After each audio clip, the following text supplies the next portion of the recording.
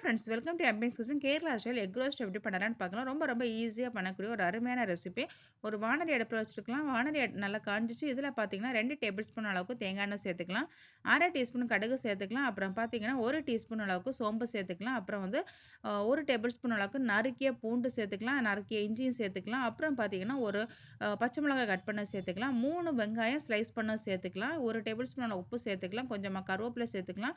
நல்லா இது வதங்கட்டும். இப்ப நல்லா வதங்கிருச்சு. 1/4 டீஸ்பூன் மஞ்சள்தூள் சேர்த்துக்கலாம். 1 டேபிள் ஸ்பூன் அளவு காஷ்மீரி சில்லி பவுடர் சேர்த்துக்கலாம்.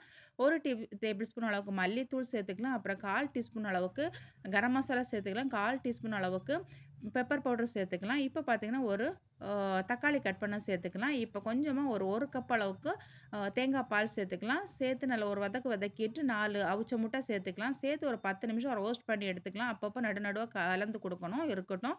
இப்போ ரொம்ப ரொம்ப சூப்பரான எக் ரோஸ்ட் ரெடி. கண்டிப்பா ட்ரை பண்ணி பாருங்க. ஓகே. பாய்.